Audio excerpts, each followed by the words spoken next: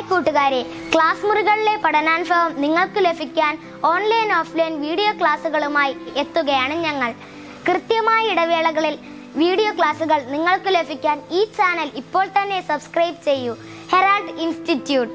ലൈക്കും ഷെയറും ചെയ്യാൻ മറക്കരുതേ കൂട്ടുകാരെ. നിങ്ങളുടെ അഭിപ്രായങ്ങൾ താഴെയുള്ള കമന്റ് ബോക്സിൽ രേഖപ്പെടുത്തുക. ഈ ചാനൽ നിങ്ങളുടെ കൂട്ടുകാർക്ക് അയച്ചു കൊടുക്കാൻ മറക്കരുതേ. എല്ലാവർക്കും നമസ്കാരം.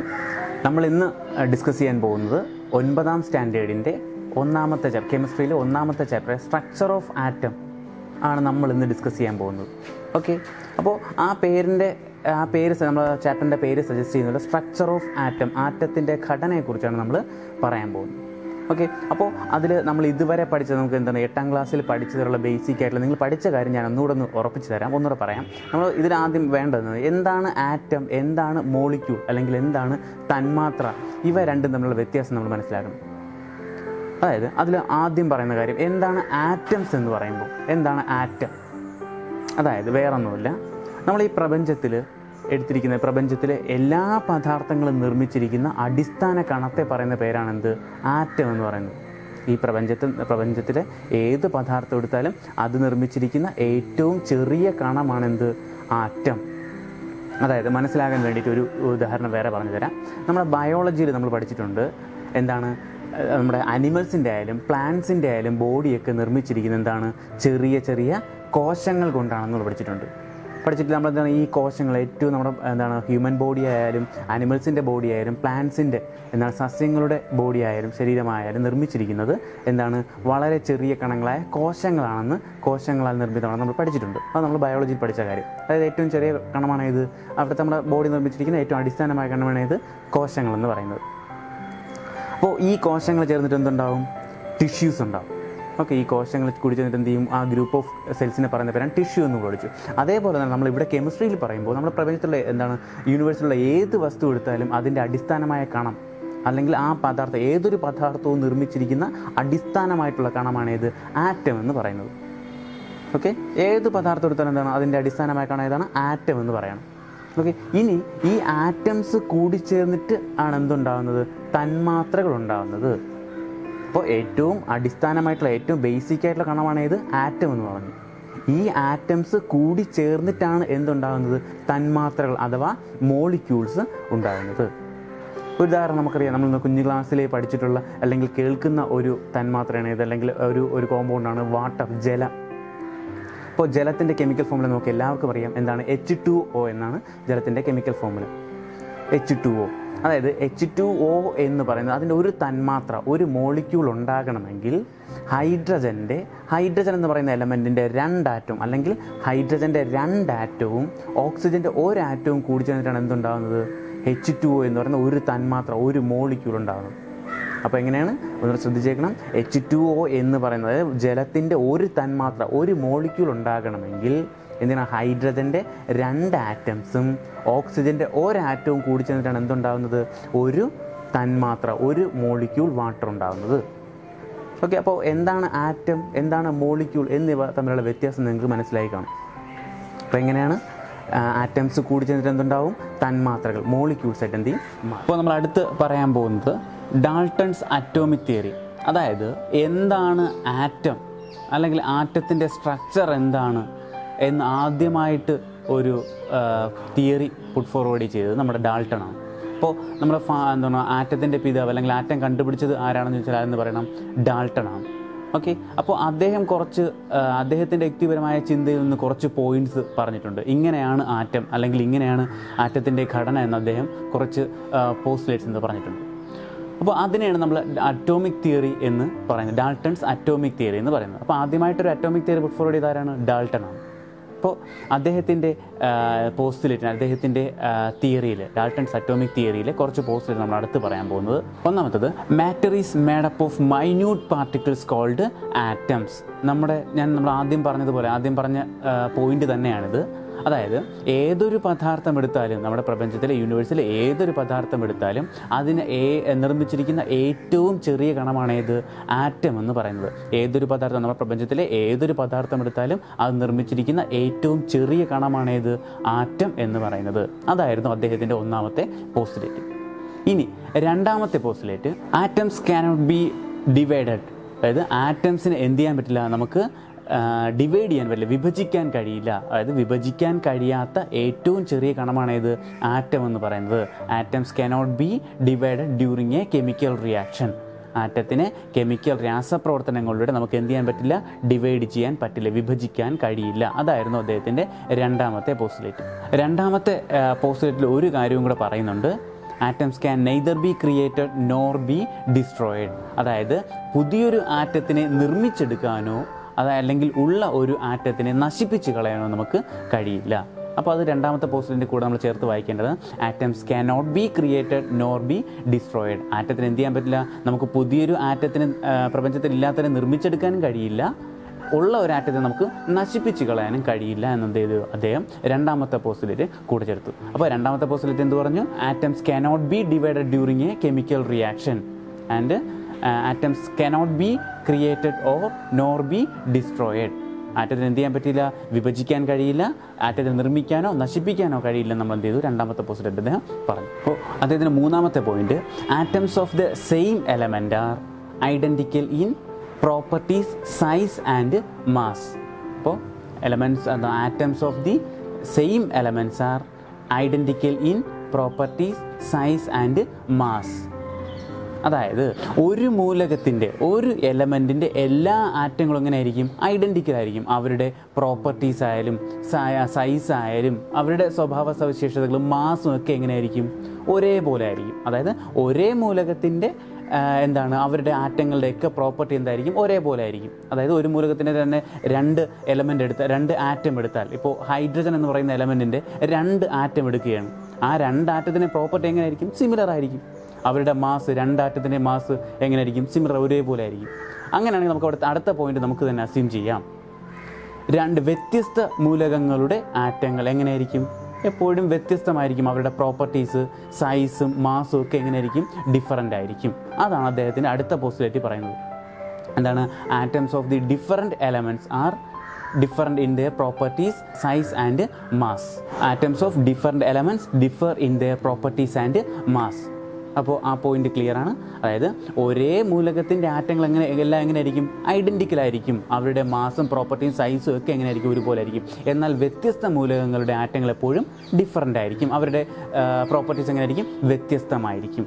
അതാണ് അദ്ദേഹത്തിൻ്റെ ആ 2 പോസ്റ്റുലേറ്റിൽ പറയുന്നത്. ഇനി അടുത്ത postulate, atom is the smallest particle that can take part in A chemical reaction. ഒരു രാസപ്രവർത്തനത്തിൽ പങ്കെടുക്കാൻ കഴിയുന്ന ഏറ്റവും ചെറിയ കണികയാണ് ഏത്, ആറ്റം എന്ന് പറയുന്നത്. അപ്പോൾ നമ്മൾ പറഞ്ഞു എന്താണ് കെമിക്കൽ റിയാക്ഷൻ എന്ന് നമുക്ക് അറിയാം. എന്താണ്, 2 അതിലധികമോ റിയാക്റ്റൻസ് കൂടിച്ചേർന്നിട്ട് പ്രോഡക്റ്റ്സ് ആയിട്ട് മാറുന്നു. ഇതിനാണ് നമ്മൾ കെമിക്കൽ റിയാക്ഷൻ എന്ന് പറയുന്നത്. അപ്പോൾ ഒരു കെമിക്കൽ റിയാക്ഷനിൽ പങ്കെടുക്കാൻ കഴിയുന്ന ഏറ്റവും ചെറിയ കണമാണ് ഏത്, ആറ്റം എന്ന് പറയുന്നത്. Okay, atom is the smallest particle that can take part in A chemical reaction. അത് ലാസ്റ്റ് പോയിന്റിൽ പറയുന്നത്, compounds are formed when atoms of different elements combine in A simple ratio. അതായത് എപ്പോഴാണ് കോമ്പൗണ്ട്സ് അല്ലെങ്കിൽ സംയുക്തങ്ങൾ ഉണ്ടാകുന്നത്, 2 അതിലധികമോ മൂലകങ്ങളുടെ ആറ്റങ്ങൾ, അതായത് വ്യത്യസ്ത എലമെൻസിൻ്റെ ആറ്റങ്ങൾ കൂടിച്ചേർന്ന്, അതായത് സിമ്പിൾ റേഷ്യോയിൽ കൂടിച്ചേർന്നിട്ടാണ്, ലളിതമായ അനുപാതത്തിൽ കൂടിച്ചേർന്നിട്ടാണ് എന്തുണ്ടാകുന്നത്, പുതിയ സംയുക്തങ്ങൾ, കോമ്പൗണ്ട്സ് ഉണ്ടാകുന്നത്. അതായത് നമ്മൾ ഈ ചാപ്റ്ററിൻ്റെ തുടക്കത്തിൽ പറഞ്ഞു, നമ്മുടെ വാട്ടർ അല്ലെങ്കിൽ ജലം എന്ന് പറയുന്ന സംയുക്തം ഉണ്ടാകുന്നത് എങ്ങനെയാണ്, ഹൈഡ്രജൻ്റെയും ഓക്സിജൻ്റെയും. അത് 2 വ്യത്യസ്ത മൂലകങ്ങളല്ലേ. ഹൈഡ്രജൻ എന്ന് പറയുന്ന ഒരു വ്യത്യസ്ത എലമെൻ്റാണ്, ഓക്സിജൻ എന്ന് പറയുന്ന ഒരു വ്യത്യസ്ത എലമെൻ്റാണ്. ഇതെന്ത് ചെയ്യുന്നു, ഈ 2 എലമെൻറ്റ്സും കൂടിച്ചേർന്നിട്ടാണ്, ഈ 2 എലമെൻറ്റ്സിൻ്റെയും ആറ്റംസ് സിമ്പിൾ റേഷ്യോയിൽ എന്ന് പറയുമ്പോൾ നമുക്കറിയാം 2 ഹൈഡ്രജൻ ആറ്റത്തിന് 1 ഓക്സിജൻ ആറ്റം. അപ്പോൾ അങ്ങനെയുള്ള ആ ലളിതമായ അനുപാതത്തിൽ കൂടിച്ചേർന്നിട്ടാണ് എന്തുണ്ടാകുന്നത്, ജലം എന്ന് പറയുന്നൊരു സംയുക്തം ഉണ്ടാകുന്നത്. ഓക്കെ, ഇത്രയുമാണ് നമ്മുടെ ഡാൾട്ടൺസ് അറ്റോമിക് തിയറിയിൽ ആദ്യമായിട്ട് പറയുന്ന കാര്യം, അല്ലെങ്കിൽ അദ്ദേഹം പറഞ്ഞ കാര്യങ്ങൾ, ഡാൾട്ടൻ്റെ അറ്റോമിക് പ്രിൻസിപ്പിൾ പറയുന്ന കാര്യങ്ങൾ ഇതൊക്കെയാണ്. അപ്പോൾ നമ്മുടെ പണ്ട് കാലത്ത് ഇത്രയും മോഡേൺ ടെക്നിക്സും, അതായത് ഇന്നത്തെ കാലത്ത് നമുക്കറിയാം ഒരു ആറ്റത്തിനെ കുറിച്ച് അല്ലെങ്കിൽ വളരെ ചെറിയ പദാർത്ഥങ്ങളെക്കുറിച്ചൊക്കെ പഠിക്കാൻ നമുക്ക് അത്യാധുനികമായിട്ടുള്ള ടെക്നിക്സ് ഉണ്ട്. അതായത് ഇലക്ട്രോൺ മൈക്രോസ്കോപ്പ് പോലുള്ള എത്രയോ വലിയ ടെക്നിക്സ് ഉണ്ട്. പക്ഷെ നമ്മൾ ആലോചിക്കണം, അന്ന് എത്രയോ വർഷങ്ങൾക്ക് മുൻപ് ആണ് നമ്മുടെ ഈ ജോൺ ഡാൾട്ടൺ ആയാലും മറ്റ് സയൻറ്റിസ്റ്റ് ആയാലും ആറ്റത്തിൻ്റെ സ്ട്രക്ചർ എങ്ങനെയാണെന്ന് പഠിക്കാൻ ഇറങ്ങി തിരിച്ചത്. അപ്പോൾ അവർക്ക് ഇന്നത്തെ രീതിക്കുള്ള ടെക്നിക്സ് ഒന്നുമില്ല. അപ്പോൾ അതൊക്കെ എന്താണ് അവരുടെ പല എക്സ്പെരിമെൻ്റ് വഴിയുള്ള യുക്തിപരമായിട്ടുള്ള ചിന്തകളും അവരുടെ കൺക്ലൂഷൻസും ഒക്കെ ആയിരുന്നു. അപ്പോൾ നമ്മളിപ്പോൾ ജോൺ ഡാൾട്ടൻ്റെ അസംഷൻസും കാര്യങ്ങളൊക്കെ ഏറെക്കുറെ ആക്സെപ്റ്റഡ് ആയിരുന്നു. അതായത് അദ്ദേഹത്തിൻ്റെ ഇതിനൊക്കെ കുറച്ചൊക്കെ യുക്തി ഉണ്ടായിരുന്നു. അതുകൊണ്ട് നമ്മൾ എന്ത് ചെയ്തു, ഇന്നും ഫോളോ ചെയ്തു പോകുന്നു. അല്ലെങ്കിൽ ഇന്നും അദ്ദേഹത്തിൻ്റെ ആറ്റത്തിൻ്റെ സ്ട്രക്ചറിനെ കുറിച്ച് പഠിക്കുമ്പോൾ ആദ്യം അദ്ദേഹത്തെയാണ് ഓർക്കുന്നത്. അപ്പോൾ അത് അദ്ദേഹമല്ലാതെ മറ്റ് പല സയൻറ്റിസ്റ്റും ആറ്റംസിൻ്റെ സ്ട്രക്ചറിനെ പറയാൻ കുറേ തിയറീസ് കൊണ്ടുവന്നിട്ടുണ്ട്. ചിലതൊക്കെ ആക്സെപ്റ്റ് ചെയ്തിട്ടുണ്ട്, അത് നമ്മളിപ്പോഴും പഠിക്കുന്നു. ചിലത് എന്ത് ചെയ്തിട്ടില്ല, നമുക്ക് അക്സെപ്റ്റ് ചെയ്യാൻ പറ്റിയില്ല, അതൊക്കെ നമ്മൾ തള്ളിക്കളഞ്ഞിട്ടുമുണ്ട്. ഓക്കെ, അങ്ങനെ അപ്പോൾ നമ്മൾ ജോൺ ഡാൾട്ടൻ്റെ കാര്യം നമ്മളിപ്പോൾ പറഞ്ഞു. ഇനി അടുത്ത് നിങ്ങൾ കുഞ്ഞു ക്ലാസ്സിൽ ചെയ്തിട്ടുള്ള കുറച്ച് എക്സ്പെരിമെൻറ്റ്സ് ആണ് ഞാൻ അടുത്ത് പറയാൻ പോകുന്നത്. അതായത് നമ്മുടെ ഈ ആറ്റത്തിൻ്റെ സ്ട്രക്ചർ ഇങ്ങനെ കണ്ടെത്തി വന്നപ്പോൾ അതിന് വഴിത്തിരിവായ ചില എക്സ്പീരിയൻസ് ആണിത്. അതായത് നമ്മൾ എണ്ണമയമില്ലാത്ത നമ്മുടെ മുടിയിൽ ഒരു ചീപ്പ് കോമ്പ് റബ്ബ് ചെയ്തതിന് ശേഷം ചെറിയ സ്മോൾ പീസസ് ഓഫ് പേപ്പറിൻ്റെ അടുത്തേക്ക് കൊണ്ടുവരുമ്പോൾ എന്ത് ചെയ്യും, നമുക്കറിയാം ഈ പേപ്പർ എന്ത് ചെയ്യും, ഈ ചീപ്പിലേക്ക് ആകർഷിക്കപ്പെടുന്നതായിട്ട് തോന്നും.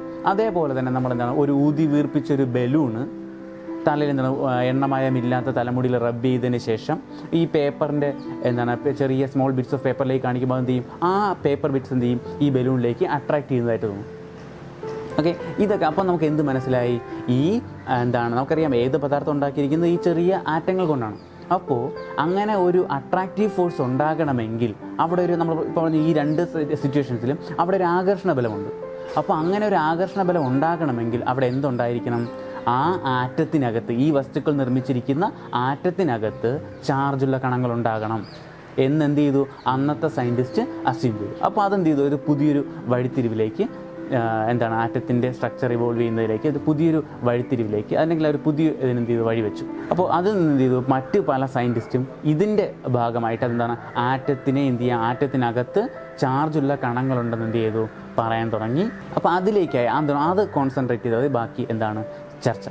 അപ്പോൾ അങ്ങനെ പല സയൻറ്റിസ്റ്റും ആറ്റത്തിൻ്റെ സ്ട്രക്ചർ കണ്ടെത്തേണ്ട രീതിക്കുള്ള പല എക്സ്പീരിയൻസ് നടത്തി.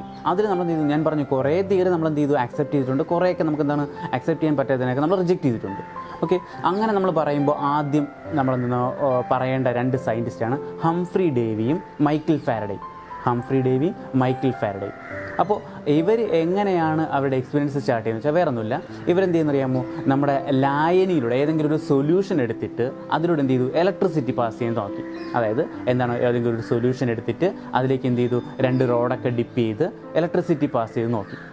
അപ്പോൾ നമുക്കറിയാം നമ്മുടെ മൈക്കിൾ ഫാരഡേ, നിങ്ങൾക്ക് കൂടുതൽ ഇൻട്രൊഡക്ഷൻ ഒന്നും വേണ്ട, നമ്മുടെ ഫാദർ ഓഫ് ഇലക്ട്രിസിറ്റി, വൈദ്യുത പിതാവ് എന്നറിയപ്പെടുന്ന നമ്മുടെ മൈക്കിൾ ഫാരഡേ. ഓക്കെ, അദ്ദേഹം നടത്തിയ എക്സ്പീരിയൻസിൽ നിന്ന് അദ്ദേഹത്തിന് മനസ്സിലായി, ഈ സൊല്യൂഷൻസിലൂടെ, ഈ ലായനികളിലൂടെ വൈദ്യുതി കടത്തി വിടുമ്പോൾ എന്തെന്നറിയാമോ, ഈ സൊല്യൂഷൻസ് എന്ത് ചെയ്യും, സ്പ്ലിറ്റ് ചെയ്യുന്നതായിട്ട് മനസ്സിലായി. അതായത് അതിൻ്റെ ആ സൊല്യൂഷൻസിൻ്റെ ഉണ്ടാക്കിയിരിക്കുന്ന കോൺസ്റ്റിറ്റ്യൂവൻസ് ആയിട്ട് എന്ത് ചെയ്തു, സ്പ്ലിറ്റ് ചെയ്യാനായിട്ട് തുടങ്ങി. അതായത് നമ്മുടെ സോഡിയം ക്ലോറൈഡ് സൊല്യൂഷൻ എടുക്കുമ്പോൾ അതിന് ഇലക്ട്രോളിസിസിന്, അതായത് ഇങ്ങനെ ഇലക്ട്രിസിറ്റി പാസ് ചെയ്യുമ്പോൾ അതിലുള്ള സോഡിയവും ക്ലോറൈഡ് അയോൺസ് എന്ത് ചെയ്തു, സ്പ്ലിറ്റ് ചെയ്യാൻ തുടങ്ങി. അതായത് നമ്മുടെ സൊല്യൂഷനിൽ അതെങ്ങനെ ഇരുന്നു, NaCl സോഡിയം ക്ലോറൈഡ് ആയിട്ടിരുന്നു. പക്ഷേ നമ്മൾ എപ്പോഴാണോ ഇലക്ട്രിസിറ്റി പാസ് ചെയ്യുന്നത് ആ സമയത്ത് എന്ത് ചെയ്യുമെന്ന് അറിയാമോ, ഈ സോഡിയവും ക്ലോറിനുമായിട്ട് എന്ത് ചെയ്തു, വേർതിരിയാൻ തുടങ്ങി. ഓക്കെ, അപ്പോൾ സൊല്യൂഷൻസ് അത് അങ്ങനെ വേർതിരിയാൻ കാരണം എന്താണ്, ആ സൊല്യൂഷൻസിൽ ചാർജ് ഉള്ളത് കൊണ്ടാണ് അങ്ങനെ വേർതിരിയാൻ കാരണം. ഇതിനെയാണ് നമ്മൾ എന്ത് ചെയ്യുന്നത്, വൈദ്യുത വിശ്ലേഷണം അഥവാ ഇലക്ട്രോളിസിസ് എന്ന് പറയുന്നത്. അപ്പോൾ അത്രയും ഡീറ്റെയിൽ ആയിട്ട് നിങ്ങൾക്ക് വേണ്ട, എന്നാലും എന്ത് ജസ്റ്റ് ഒന്ന് ഓർമ്മിച്ച് വെച്ചിരിക്കുക. ഇതിനാണ് വൈദ്യുത വിശ്ലേഷണം അഥവാ ഇലക്ട്രോളിസിസ് എന്ന് പറയുന്നത്. അപ്പോൾ ഇതിൽ നിന്നൊക്കെ നമുക്ക് എന്ത് മനസ്സിലായി, ഈ ആറ്റങ്ങൾക്കകത്തൊക്കെ എന്തുണ്ട്, ചാർജുള്ള കണങ്ങളുണ്ടെന്ന് മനസ്സിലായി. അതായത് നമ്മുടെ സോഡിയം ക്ലോറൈഡ് സൊല്യൂഷൻ എടുക്കുമ്പോൾ അതിന് ഇലക്ട്രോളിസിസിന്, അതായത് ഇങ്ങനെ ഇലക്ട്രിസിറ്റി പാസ് ചെയ്യുമ്പോൾ അതിലുള്ള സോഡിയവും ക്ലോറൈഡ് അയോൺസ് എന്ത് ചെയ്തു, സ്പ്ലിറ്റ് ചെയ്യാൻ തുടങ്ങി. അതായത് നമ്മുടെ സൊല്യൂഷനിൽ അതെങ്ങനെ ഇരുന്നു, NaCl സോഡിയം ക്ലോറൈഡ് ആയിട്ടിരുന്നു. പക്ഷേ നമ്മൾ എപ്പോഴാണോ ഇലക്ട്രിസിറ്റി പാസ് ചെയ്യുന്നത് ആ സമയത്ത് എന്ത് ചെയ്യുമെന്ന് അറിയാമോ, ഈ സോഡിയവും ക്ലോറിനുമായിട്ട് എന്ത് ചെയ്തു, വേർതിരിയാൻ തുടങ്ങി. ഓക്കെ, അപ്പോൾ സൊല്യൂഷൻസ് അത് അങ്ങനെ വേർതിരിയാൻ കാരണം എന്താണ്, ആ സൊല്യൂഷൻസിൽ ചാർജ് ഉള്ളത് കൊണ്ടാണ് അങ്ങനെ വേർതിരിയാൻ കാരണം. ഇതിനെയാണ് നമ്മൾ എന്ത് ചെയ്യുന്നത്, വൈദ്യുത വിശ്ലേഷണം അഥവാ ഇലക്ട്രോളിസിസ് എന്ന് പറയുന്നത്. അപ്പോൾ അത്രയും ഡീറ്റെയിൽ ആയിട്ട് നിങ്ങൾക്ക് വേണ്ട, എന്നാലും എന്ത് ജസ്റ്റ് ഒന്ന് ഓർമ്മിച്ച് വെച്ചിരിക്കുക. ഇതിനാണ് വൈദ്യുത വിശ്ലേഷണം അഥവാ ഇലക്ട്രോളിസിസ് എന്ന് പറയുന്നത്. അപ്പോൾ ഇതിൽ നിന്നൊക്കെ നമുക്ക് എന്ത് മനസ്സിലായി, ഈ ആറ്റങ്ങൾക്കകത്തൊക്കെ എന്തുണ്ട്, ചാർജുള്ള കണങ്ങളുണ്ടെന്ന് മനസ്സിലായി. അടുത്ത് പറയേണ്ടത് നമ്മുടെ സയൻറ്റിസ്റ്റാണ് J.J. തോംസൺ. അദ്ദേഹവും എന്താണ് ആറ്റത്തിൻ്റെ സ്ട്രക്ചർ കണ്ടെത്തുന്നതിൽ പ്രധാന പങ്ക് വഹിച്ച ഒരാളാണ്. അപ്പോൾ അദ്ദേഹം നടത്തിയത് എന്താണെന്ന് വെച്ചാൽ ഡിസ്ചാർജ് ട്യൂബ് എക്സ്പീരിയൻസ് ആണ്. ജെ തോംസൺ കണ്ടക്ട് ചെയ്ത് ഡിസ്ചാർജ് ട്യൂബ് എക്സ്പീരിയൻസ് ആണ്. അതായത് ഒരു 1856 1940 ആ കാലഘട്ടത്തിൽ അദ്ദേഹം ഡിസ്ചാർജ് ട്യൂബ് എക്സ്പീരിയൻസ് നടത്തി. അപ്പോൾ ഡിസ്ചാർജ് ട്യൂബ് എന്ന് കേട്ട് നിങ്ങൾ പേടിക്കേണ്ട കാര്യമില്ല. എന്താണ് ഡിസ്ചാർജ് ട്യൂബ് എന്ന് വെച്ചാൽ വേറെ ഒന്നുമില്ല. നമ്മുടെ സാധാരണഗതിയിൽ ഈ ഗ്യാസസ് വാതകങ്ങൾ ഇലക്ട്രിസിറ്റി കടത്തിവിടാറില്ല. അപ്പോൾ ഈ വാതകങ്ങളിലൂടെയുള്ള വൈദ്യുത പ്രവാഹത്തെക്കുറിച്ച് പഠിക്കാൻ വേണ്ടിയിട്ട് ക്രമീകരിക്കുന്ന ഒരു ഗ്ലാസ് ട്യൂബിനെ പറയുന്ന പേരാണ് ഡിസ്ചാർജ് ട്യൂബ് എന്ന് പറയുന്നത്. ഓക്കെ, അപ്പോൾ എന്താണ് വാതകങ്ങളിലൂടെയുള്ള വൈദ്യുതി പ്രവഹിക്കുന്നത് പഠിക്കാൻ വേണ്ടിയിട്ട് ക്രമീകരിച്ചിരിക്കുന്ന വലിയൊരു ഗ്ലാസ് ട്യൂബാണ് ഇത് ഡിസ്ചാർജ് ട്യൂബ്സ് എന്ന് പറയുന്നത്. ഓക്കെ, അപ്പോൾ ഈ ഡിസ്ചാർജ് ട്യൂബ് പറയുമ്പോൾ നമ്മൾ എന്താണ് നമ്മുടെ എക്സ്റേ കണ്ടെത്തിയ വില്യം റോഞ്ചനൊക്കെ എന്താണ് ഈ ഡിസ്ചാർജ് ട്യൂബിൽ നടത്തിയ എക്സ്പീരിയൻസ് വഴിയാണ് അദ്ദേഹം എക്സ്റേസ് കണ്ടുപിടിച്ചത്. നമുക്കതൊന്നും വേണ്ട, നിങ്ങൾക്ക് ഫോർ യുവർ ജനറൽ നോളജ് നമുക്ക് പറഞ്ഞതേ ഉള്ളൂ. ഓക്കെ, നമുക്കിവിടെ പറയേണ്ടത് അദ്ദേഹം നടത്തിയ എന്താണ് നമ്മുടെ ജെ തോംസൻ്റെ ഡിസ്ചാർജ് ട്യൂബ് എക്സ്പീരിയൻസ് അദ്ദേഹത്തിന് മനസ്സിലായെന്ന് വെച്ചാൽ ഈ ഡിസ്ചാർജ് ട്യൂബിന് 2 എൻഡ്സ് ഉണ്ട്. കാഥോഡ് എന്ന് പറയുന്ന കാഥോഡ് റോഡും ഒരു ആനോഡും ഉണ്ട്. ഒരു ആനോഡ് 2 സൈഡിൽ കാഥോഡും ആനോഡും ഉണ്ട്. അപ്പോൾ ഈ കാഥോഡിൽ നിന്ന് എന്താണ് ഇജക്റ്റ് ചെയ്യുന്ന റേസിന് ഏത് ഗ്യാസ് എടുത്താലും കാഥോഡ് റേസിൻ്റെ ചാർജ് എപ്പോഴും നെഗറ്റീവായിരിക്കും. നെഗറ്റീവ് ചാർജുള്ള റേസ് ആണെന്ന് മനസ്സിലായി. മാത്രമല്ല ഈ വരുന്ന പാർട്ടിക്കിൾസിൻ്റെ മാസും എനർജിയും ഒക്കെ എന്താണ് ഐഡൻറ്റിക്കലാണ്, സിമിലർ ആണെന്ന് എന്ത് ചെയ്തു അദ്ദേഹത്തിന് മനസ്സിലായി. അപ്പോൾ അതിൽ നിന്ന് എന്താ അദ്ദേഹം അസ്യൂം ചെയ്തതെന്ന് വെച്ചാൽ ഈ ആറ്റത്തിനകത്തുകൊണ്ട് നെഗറ്റീവ് ചാർജുള്ള കണങ്ങളുണ്ടെന്ന് എന്ത് ചെയ്തു അദ്ദേഹം പറഞ്ഞു. കാരണം അദ്ദേഹത്തിന് എന്താണ് ഈ ഏത് ഗ്യാസ് എടുത്തപ്പോഴും അദ്ദേഹത്തിന് കാണാൻ പറ്റിയത് വരുന്ന കാഥോഡ് റേസിന് എന്തുണ്ട്, നെഗറ്റീവ് ചാർജ് ഉണ്ട്. പിന്നെ വരുന്ന എല്ലാ കണങ്ങളുടെയും മാസും എനർജിയൊക്കെ എന്താണ് ഐഡൻറ്റിക്കലാണെന്ന് എന്ത് ചെയ്തു അതിൽ നിന്നാണ് അദ്ദേഹം പറഞ്ഞത് എന്താണ് ഈ ആറ്റത്തിനകത്ത് നെഗറ്റീവ് ചാർജുള്ള കണങ്ങളുണ്ടെന്ന് എന്ത് ചെയ്തു അദ്ദേഹം കണ്ടെത്തി. ഓക്കെ, ഇതായിരുന്നു ജെ തോംസൻ്റെ പ്രധാനമായിട്ടുള്ള ഒരു കോൺട്രിബ്യൂഷൻ. അതായത് ആറ്റത്തിലൊരു പ്രധാനപ്പെട്ട കണമായ എന്താണ് നെഗറ്റീവ് ചാർജാണ് അദ്ദേഹം എന്ത് ചെയ്തു കണ്ടെത്തി. അപ്പോൾ അടുത്ത് നമുക്ക് പറയേണ്ടത് ഏണസ്റ്റ് റൂദർഫോർഡിനെ കുറിച്ചാണ് നമുക്ക് അടുത്ത് പറയേണ്ടത്. അപ്പോൾ നമ്മൾ എന്ത് ചെയ്ത് ജെ തോംസൺ എന്ന ആറ്റത്തിനകത്ത് നെഗറ്റീവ് ചാർജുള്ള കണങ്ങളുണ്ടെന്ന് നമുക്കറിയാം. നെഗറ്റീവ് ചാർജുള്ള കണങ്ങൾ ഏതായിരിക്കും, ഇലക്ട്രോൺ ആണെന്ന് കണ്ടെത്തി. അപ്പോൾ ഇങ്ങനെ ഒരു നെഗറ്റീവ് ചാർജ് ഉണ്ട് എന്ന് കണ്ടെത്തിയ സ്ഥിതിക്ക് അതിനകത്ത് എന്ത് ചെയ്യണം, മറ്റ് പല പാർട്ടിക്കിൾസും മറ്റ് ചാർജുള്ള കണങ്ങൾ ഉണ്ടാകും എന്നെന്ത് ചെയ്തു ഒരു അസംപ്ഷൻ വന്നു. അതായത് നെഗറ്റീവ് ചാർജുള്ള കണങ്ങളുണ്ടെങ്കിൽ എന്ത് ചെയ്യണം, തീർച്ചയായിട്ടും അതിൽ മറ്റ് പോസിറ്റീവ് ചാർജുള്ള കണങ്ങൾ എന്ത് ചെയ്യണം ഉണ്ടായിരിക്കണം എന്ന അസംപ്ഷൻ വെച്ചിട്ട് എന്ത് ചെയ്തു പുതിയ സയൻറ്റിസ്റ്റുമാർ പല എക്സ്പീരിയൻസ് നടത്തി നോക്കി. അപ്പോൾ അത് പറയുമ്പോൾ നമുക്ക് എടുത്ത് പറയേണ്ട ഒരു സയൻറ്റിസ്റ്റാണ് ഏണസ്റ്റ് റൂദർഫോർഡ്. അദ്ദേഹം നടത്തിയ എക്സ്പീരിയൻ്റെ പേര് ഗോൾഡ് ഫോയിൽ എക്സ്പീരിയൻ്റ് എന്നാണ്. ആ പേര് പറയുന്നത് പോലെ തന്നെ അതെന്ത് ചെയ്തു, വളരെ കട്ടി കുറഞ്ഞ വളരെ കനം കുറഞ്ഞ ഒരു ഗോൾഡ് ഫോയിൽ എടുത്തിട്ട് അതിലൂടെ എന്ത് ചെയ്യുന്നറിയാമോ എന്താണ് പോസിറ്റീവ് ചാർജുള്ള ആൽഫ റേസിനെ എന്ത് ചെയ്തു കടത്തിവിട്ടു. അപ്പോൾ ഒരു ഗോൾഡ് ഫോയിൽ എടുത്തിട്ട് അതിലൂടെ എന്ത് ചെയ്തു പോസിറ്റീവ് ചാർജുള്ള ആൽഫ റേസിനെ എന്ത് ചെയ്തു കടത്തിവിട്ടു. എന്നിട്ട് ഈ ഗോൾഡ് ഫോയിലിൽ നിന്ന് പുറത്തേക്ക് വരുന്ന ആൽഫ റേസിനെ പതിപ്പിക്കാൻ വേണ്ടിയിട്ട് ഒരു സർക്കുലാർ രീതിയിലുള്ള ഒരു എന്താണ് ഫോട്ടോഗ്രാഫിക് ഫിലിം അദ്ദേഹം എന്ത് ചെയ്തു സെറ്റ് ചെയ്തു. അപ്പോൾ എങ്ങനെയാണ് അദ്ദേഹം എന്ത് ചെയ്തു, ഒരു വളരെ തിന്നായിട്ടുള്ളൊരു ഗോൾഡ് ഫോയിൽ എടുത്തു. ആ ഗോൾഡ് ഫോയിലൂടെ പോസിറ്റീവ് ചാർജുള്ള എന്ത് ചെയ്തു ആൽഫ കണങ്ങളെ കടത്തിവിട്ടു. എന്നിട്ട് എന്ത് ചെയ്തു, ഈ ഗോൾഡ് ഫോയിലിൽ നിന്ന് കടന്നു വരുന്ന ആൽഫ റേസിനെ പതിപ്പിക്കാൻ വേണ്ടിയിട്ട് അദ്ദേഹം എന്ത് ചെയ്തു ഒരു സർക്കുലാർ രീതിയിലുള്ള ഒരു ഫോട്ടോഗ്രാഫിക് ഫിലിമും എന്ത് ചെയ്തു അറേഞ്ച് ചെയ്തു. ഇത്രയാണ് അദ്ദേഹത്തിൻ്റെ അറേഞ്ച്മെൻ്റ് എന്ന് പറയുന്നത്. ഇതാണ് ഗോൾഡ് ഫോയിൽ എക്സ്പെരിമെൻ്റ് എന്ന് പറയുന്നത്. ഇനി ഇതിൻ്റെ റിസൾട്ട് വച്ചിട്ടാണ് അല്ലെങ്കിൽ ഈ എക്സ്പെരിമെൻറ്റിൽ നിന്നുള്ള ഒബ്സർവേഷൻസ് വെച്ചിട്ടാണ് അദ്ദേഹം എന്ത് ചെയ്തു കുറച്ച് അസംപ്ഷൻസ് കൊണ്ടുവന്നത്. അദ്ദേഹത്തിൻ്റെ പ്രധാനപ്പെട്ട ഒബ്സർവേഷൻ ഇതായിരുന്നു. അതായത് ഈ കടത്തിവിട്ട ആൽഫ റേസിൽ മേജർ പോർഷനും അതായത് ഭൂരിഭാഗവും എന്ത് ചെയ്തു വേറെ വ്യതിയാനം ഒന്നും സംഭവിക്കാതെ അത് അതിൻ്റെ പാതയിൽ കൂടെ തന്നെ പോയിട്ട് എന്ത് ചെയ്തു ആ ഫോട്ടോഗ്രാഫിക് ഫിലിമിൽ പോയിട്ട് ഹിറ്റ് ചെയ്തു. അതായത് നമ്മൾ കടത്തിവിട്ട ആൽഫ റേസിൽ മേജർ പോർഷൻ എന്ത് ചെയ്തില്ല, വേറെ ഒരു വ്യതിയാനവും സംഭവിച്ചില്ല. അതിൽ നിന്ന് അദ്ദേഹം പറഞ്ഞു ഈ ആറ്റത്തിൻ്റെ ഭൂരിഭാഗവും എന്താണ് എം ടി ആണ് അല്ലെങ്കിൽ ശൂന്യമാണെന്ന് എന്ത് ചെയ്തു അദ്ദേഹം ഒരു റിസൾട്ട് കൊണ്ട് അല്ലെങ്കിൽ ഒരു അസംപ്ഷൻ പറഞ്ഞു. അതായത് എന്തുകൊണ്ടാണ് അങ്ങനെ പറഞ്ഞത്, ഈ കടത്തിവിട്ട ആൽഫ റേസ് നമ്മുടെ ഗോൾഡ് ഫോയിലൂടെ കടത്തിവിട്ട ആൽഫ റേസ് എന്ത് ചെയ്തു ഭൂരിഭാഗവും ഒരു 90% എന്ത് ചെയ്തു വേറെ വ്യതിയാനം ഒന്നും സംഭവിക്കാതെ പോയിട്ട് അതിലൂടെ പാസ് ചെയ്ത് എന്ത് ചെയ്തു ആ ഫോട്ടോഗ്രാഫിക് ഫിലിമിൽ പോയിട്ട് ഹിറ്റ് ചെയ്തു. അപ്പോൾ അതിൽ നിന്ന് അദ്ദേഹം പറഞ്ഞതാണ് ഈ ആറ്റത്തിനകത്തുള്ള മേജർ പോർഷൻ എന്താണ് എം ടി ആണ്, ശൂന്യമാണെന്ന് പറഞ്ഞു. ഇതായിരുന്നു അദ്ദേഹത്തിൻ്റെ ഒന്നാമത്തെ പോസിറ്റീവ് അല്ലെങ്കിൽ ഒന്നാമത്തെ കണ്ടെത്തൽ. ഇനി രണ്ടാമത്തത്, ഈ കടത്തിവിട്ട ആൽഫ റേസിൽ വളരെ കുറച്ച് എമൗണ്ട് അതായത് കുറച്ച് ഭാഗം എന്ത് ചെയ്തു നേരിയ അളവിൽ അതായത് അവരുടെ പാതയ്ക്ക് എന്ത് ചെയ്തു നേരിയ അളവിൽ വ്യതിയാനം സംഭവിച്ചു. അപ്പോൾ നമ്മൾ ആദ്യത്തെ പറഞ്ഞ എന്ത് ചെയ്തു ഭൂരിഭാഗം വേറെ കുഴപ്പമൊന്നുമില്ല എന്ത് ചെയ്തു നേരെ അങ്ങ് പാസ് ചെയ്ത് ആ ഗോൾഡ് ഫോയിലൂടെ പാസ് ചെയ്തു. എന്നാൽ കുറച്ച് എമൗണ്ട് എന്ത് ചെയ്തു കുറച്ച് റേസ് എന്ത് ചെയ്തു ചെറിയൊരു പോയ ആ പാതയിൽ ചെറിയൊരു വ്യതിയാനം സംഭവിച്ചു. അതായിരുന്നു അദ്ദേഹത്തിൻ്റെ രണ്ടാമത്തെ ഒബ്സർവേഷൻ. ഈ ഒബ്സർവേഷനിൽ അദ്ദേഹം എന്ത് മനസ്സിലാക്കിയെന്നറിയാമോ?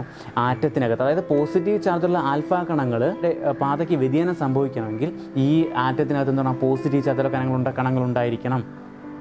അപ്പോൾ ആ ആറ്റത്തിനകത്ത് പോസിറ്റീവ് ചാർജുള്ള കണങ്ങളുണ്ടെന്നും ഈ പോസിറ്റീവ് ചാർജുള്ള കണങ്ങൾ ആറ്റത്തിൻ്റെ വളരെ ചെറിയൊരു ഭാഗത്ത്, അതായത് കേന്ദ്ര ഭാഗത്ത് കേന്ദ്രീകരിച്ചിരിക്കുന്നു, അല്ലെങ്കിൽ സെൻറ്ററിലേക്ക് കേന്ദ്രീകരിച്ചിരിക്കുന്നു എന്ന് അദ്ദേഹം പറഞ്ഞു. ഓക്കെ, ഇതായിരുന്നു അദ്ദേഹത്തിൻ്റെ രണ്ടാമത്തെ ഒബ്സർവേഷൻ. ഇനി മൂന്നാമത്തത്, വളരെ ചെറിയ ഭാഗം മാത്രം എന്ത് ചെയ്തു, ആ ആൽഫ റേസ് പോയ അതേ രീതിയിൽ തന്നെ അത് റിഫ്ലക്റ്റ് ചെയ്ത് തിരിച്ചു വന്നു. ഓക്കെ, അതായത് നമ്മൾ ഈ കടത്തിവിട്ട ആൽഫ റേസ് എന്ത് ചെയ്തു, വളരെ കുറച്ച് ഭാഗം മാത്രം പോയിട്ട് എന്ത് ചെയ്തു, ആ ഹിറ്റ് ചെയ്തിട്ട് അത് തിരിച്ച് റിഫ്ലക്റ്റ് ചെയ്ത് വന്നു. അതിന് കാരണം അതിന് അദ്ദേഹം കണ്ടെത്തിയതാണ് നമ്മൾ പറഞ്ഞത് ഈ പോസിറ്റീവ് ചാർജുള്ള കണങ്ങളുടെ നേരെ ആ സെൻറ്ററിൽ കേന്ദ്രീകരിച്ചിരിക്കുന്ന ആ ഭാഗത്തേക്ക് പോകുന്ന ആൽഫ റേസ് ആണ് എന്ത് ചെയ്യുന്നത്, അവിടെ ഹിറ്റ് ചെയ്തിട്ടത് തിരിച്ച് അതേപോലെ റിഫ്ലക്റ്റ് ചെയ്യുന്നത് പറഞ്ഞു. ഓക്കെ, അപ്പോൾ ഇതിൽ നിന്ന് എന്ത് മനസ്സിലായി? അതായത് ഇതെല്ലാം കൂടെ കൂട്ടിച്ചേർത്ത് വായിക്കുമ്പോൾ നമുക്കറിയാം, ഒരു ആറ്റം എന്ന് പറയുമ്പോൾ അതിലെ മേജർ പോർഷൻ എന്താണ്, എംപ്റ്റി ആണ്, പ്രത്യേകിച്ച് വസ്തുക്കളൊന്നുമില്ല, സാധനങ്ങളൊന്നും ഇല്ല. അതാണ് അദ്ദേഹത്തിൻ്റെ ഒന്നാമത്തെ പോസിറ്റിവിറ്റി എന്ന് മനസ്സിലാവുന്നത്. ഇനി രണ്ടാമത്തെ കാര്യം പറഞ്ഞു, വളരെ കുറച്ച് എമൗണ്ട് മാത്രം നേരിയ അളവിൽ അവയ്ക്ക് അവയുടെ പാതയ്ക്ക് എന്ത് ചെയ്തു, വ്യതിയാനം സംഭവിച്ചു എന്ന് പറഞ്ഞു. ഓക്കെ, അപ്പോൾ അതായത് വളരെ ചെറിയ എമൗണ്ടിൽ വ്യതിയാനം സംഭവിക്കണമെങ്കിൽ എന്ത് ചെയ്യണം, ഈ ആറ്റത്തിനകത്ത് നിന്ന് ഈ പോസിറ്റീവ് ചാർജുള്ള കണങ്ങളുണ്ടായിരിക്കണം. അതിനടുത്തേക്ക് പോകുമ്പോഴായിരിക്കും ഈ പോസിറ്റീവ് ചാർജുകൾ ഡിഫ്ലക്റ്റ് ചെയ്ത് വ്യതിയാനം സംഭവിച്ചത്. ഇനി മൂന്നാമത്തെ പോസിറ്റീവ് ചെറിയ, അതിലും വളരെ കുറച്ച് എമൗണ്ട് മാത്രം എന്ത് ചെയ്തു, പോയ രീതിയിൽ അതേപോലെ എന്ത് ചെയ്തു, റിഫ്ലക്റ്റ് ചെയ്ത് തിരിച്ചു വന്നു. ഓക്കെ, അങ്ങനെ തിരിച്ചു വരാൻ കാരണം നമ്മൾ ഈ പറഞ്ഞ പോസിറ്റീവ് ചാർജ് ഉള്ളതിലല്ലേ ഈ പോസിറ്റീവ് ചാർജുള്ള നമുക്കറിയാം സെയിം ചാർജ് എപ്പോഴും എന്ത് ചെയ്യും, വികർഷിക്കും. ഓക്കെ, സെയിം ചാർജുള്ള കണങ്ങൾ എപ്പോഴും എന്ത് ചെയ്യും, വികർഷിക്കും. അതുകൊണ്ടാണ് എന്ത് ചെയ്ത് ഈ പോസിറ്റീവ് ചാർജുള്ള ഭാഗത്തേക്ക് പോകുന്നത് എന്ത് ചെയ്യും, ഈ പോസിറ്റീവ് ചാർജുള്ള കണങ്ങൾ അതിൽ പോയിട്ട് ഹിറ്റ് ചെയ്തിട്ട് അതേ പാതിൽ ബൗൺസ് ബാക്ക് എന്നുള്ളത്, അതായത് തിരികെ വന്നു, അതേ പാതിൽ എന്ത് ചെയ്യും, തിരികെ വരും. ഓക്കെ, അപ്പോൾ ഈ പോസിറ്റീവ് ചാർജുള്ള കണങ്ങൾ അല്ലെങ്കിൽ ഈ തട്ടി തിരിച്ചു വരുന്ന ഭാഗങ്ങൾ ആറ്റത്തിൻ്റെ കേന്ദ്രത്തിലാണ്, അല്ലെങ്കിൽ ഈ പോസിറ്റീവ് ചാർജ് ആറ്റത്തിൻ്റെ കേന്ദ്രത്തിലാണ് എന്ത് ചെയ്യുന്നത് ആണെന്ന് നമുക്ക് എന്ത് ചെയ്തു മനസ്സിലായി. ഈ പോസിറ്റീവ് ചാർജ് കേന്ദ്രീകരിച്ചിരിക്കുന്നത് ആറ്റത്തിൻ്റെ സെൻറ്ററിലാണെന്ന് എന്ത് ചെയ്ത് നമുക്ക് മനസ്സിലാകും.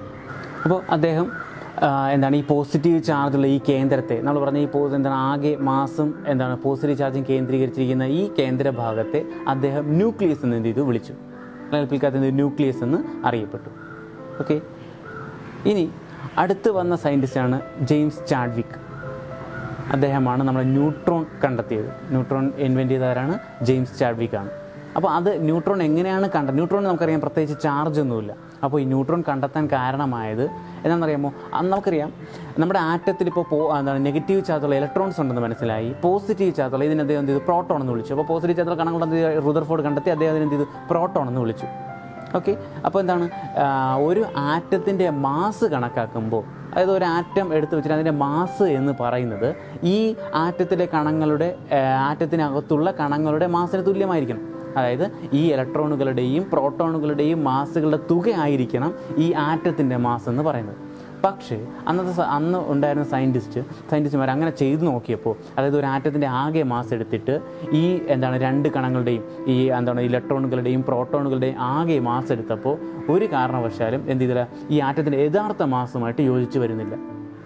ഉദാഹരണത്തിന് നമ്മുടെ അന്ന് കാലത്ത് ചെയ്ത ഒരു ഹീലിയത്തിൻ്റെ ആറ്റം എടുത്തിട്ട് ഹീലിയത്തിന് നമുക്ക് നോക്കുമ്പോൾ പ്രാക്ടിക്കലായിട്ട് അതിൻ്റെ ഒരു മാസം ഉണ്ടായിരിക്കുമല്ലോ.